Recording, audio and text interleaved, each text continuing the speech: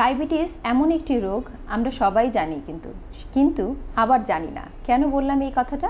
কারণ ডায়াবেটিস রোগটাকে আমরা যে টিপিক্যাল সিমটমস বলে জানি, অর্থাৎ আপনারা সকলেই জানেন যে ওজন কমে যাওয়া, অনেক বেশি প্রস্রাব হওয়া, অনেক বেশি ক্ষুধা লাগা, প্রচণ্ড দুর্বলতা, এই যে কথাগুলো বললাম এটাকে বলে টিপিক্যাল সিমটমস, অর্থাৎ একদমই কমন যে উপসর্গগুলো। কিন্তু অনেকের ক্ষেত্রে এই উপসর্গটা থাকে না। অনেকের ক্ষেত্রে দেখা যায় কিছুই নেই, সে বুঝতেই পারে না।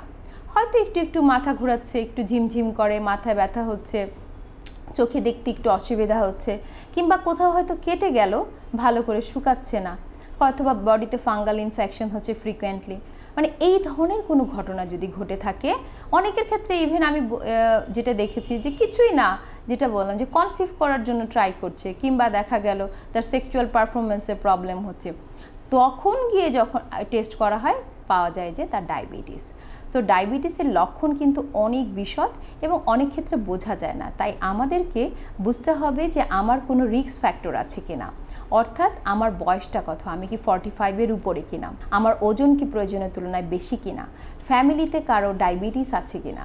যদি দেখা যায় যে কারো গর্ভকালীন ডায়াবেটিস ছিল, কিংবা পলিসিস্টিক ওভারি সিনড্রোম ডিজিজ ছিল, কিংবা কখনো তার অনেক বড় একটা বেবি ডেলিভারি হিস্ট্রি আছে, এই ধরনের কোনো ফ্যাক্টর থাকে, তাহলে আপনাকে মনে রাখতে হবে আপনিও কিন্তু ডায়াবেটিসের ঝুঁকিতে আছেন। এবং অবশ্যই উপসর্গ থাকুক আর না থাকুক, আপনাকে জানার চেষ্টা করতে হবে যে আসলে আমার ডায়াবেটিস হয়ে গেল কিনা। তাই শুধু সিমটম নয়, সিমটমের পাশাপাশি আমাকে টেস্ট করে জানতে হবে। যেটা হয়, আমরা অনেক সময় মনে করি যে একটা মেশিনে একটু মেপে যদি দেখি যে আমার ডায়াবেটিসটা কত, দেখলাম যে আচ্ছা গ্লুকোমিটার আমার সুগারটা নর্মাল দেখাচ্ছে, তার মানে কি আপনার ডায়াবেটিস নেই? বিষয়টা তা নয়। যদি আমি যে রিস্ক ফ্যাক্টরগুলোর কথা বললাম এর মধ্যে পড়ে থাকেন, তাহলে অবশ্যই ভালো করে ডায়াবেটিসটি পরীক্ষা করতে হবে বছরে একবার। খালি পেটে ল্যাবে যাবেন এবং খালি পেটে একবার, গ্লুকোজ খাওয়ার পরে একবার। আদারওয়াইজ কোনো মানুষের ক্ষেত্রে খুব ভালোভাবে বোঝা যায় তখনই যখন অনেক এই টিপিক্যাল উপসর্গগুলো নিয়ে আসে। অনেক সময় কিন্তু আপনার ভিতরে যে হচ্ছে এটা আপনি বুঝতে পারবেন না। তাই আপনাকে অবশ্যই এইভাবে করে ডিটেক্ট করে নিতে হবে যে রিয়েলি আমার ডায়াবেটিস আছে কিনা। এবং আমি যদি ওই রক্ত পরীক্ষায় দেখি আমার খালি পেটে 7 বা তার উপরে আছে, কিংবা গ্লুকোজ খাওয়ার পরে 11.1 বা তার উপরে আছে, তাহলে আমরা তাকে ডায়াবেটিস বলে থাকি। কারো ক্ষেত্রে দেখা গেল যে খালি পেটে 5.5 পর্যন্ত নিচে আছে, তাহলে তাকে একদম ভালো বলবো। আর গ্লুকোজ খাওয়ার পরে যদি 7.8-এর চাইতে নিচে থাকে, তাহলে সে সম্পূর্ণ ভালো। কিন্তু 7.8ও না, নিচেও না, আবার 11-এর মধ্যে, তাহলে কি? কিংবা খালি পেটে 5.5-এর উপরে, আবার 7-এর নিচে, এই গ্রুপটাকে আমরা বলে থাকি প্রি ডায়াবেটিস, অর্থাৎ ডায়াবেটিসের আগের স্টেজ।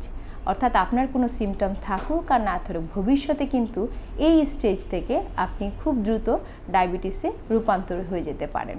যদি আপনি দেখেন যে আমার এখনও ডায়াবেটিস হয়নি কিন্তু আমার সম্ভাবনা আছে, এক্ষেত্রে দেখা যায় 1/3 মানুষ নর্মাল হয়ে যেতে পারে। এই স্টেজের মূল চিকিৎসাই হচ্ছে লাইফস্টাইল মডিফিকেশনস। 40 মিনিট হাঁটা, অ্যাটলিস্ট একটু গতি বাড়িয়ে, এবং আপনার খাওয়া দাওয়ার নিয়ন্ত্রণ করা, অর্থাৎ ডাইরেক্ট সুগারে জাতীয় খাবারগুলো অ্যাভয়েড করা, এবং যেখানে যেখানে সম্ভব শর্করা জাতীয় খাবারের পরিমাণ কমিয়ে দেওয়া, বেকারি ফুডসগুলোকে অ্যাভয়েড করা। তাহলে কিন্তু আপনি দেখবেন যে আপনি একটা নর্মাল জীবনযাত্রায় ফেরত আসতে পারেন। শুধু তাই নয়, যাদের ওজন বেশি আছে সে যদি ওজনটি কমিয়ে ফেলে, তাহলে ডায়াবেটিস থেকে দূরে চলে যাওয়া যায়। এবং ঔষধের ক্ষেত্রে 2 ধরনের ঔষধ আছে, আপনারা জানেন। একটি হচ্ছে মুখে খাওয়ার ওষুধ, আর একটি হচ্ছে ইনজেকশন ফর্মে। অর্থাৎ এই দুটো ওষুধই কিন্তু আমরা ডাক্তাররা বিভিন্ন সময় বিভিন্নভাবে ব্যবহার করে থাকি। তাই ডায়াবেটিসের চিকিৎসার জন্য সঠিক চিকিৎসাটি সঠিকভাবে নেওয়াটা জরুরি।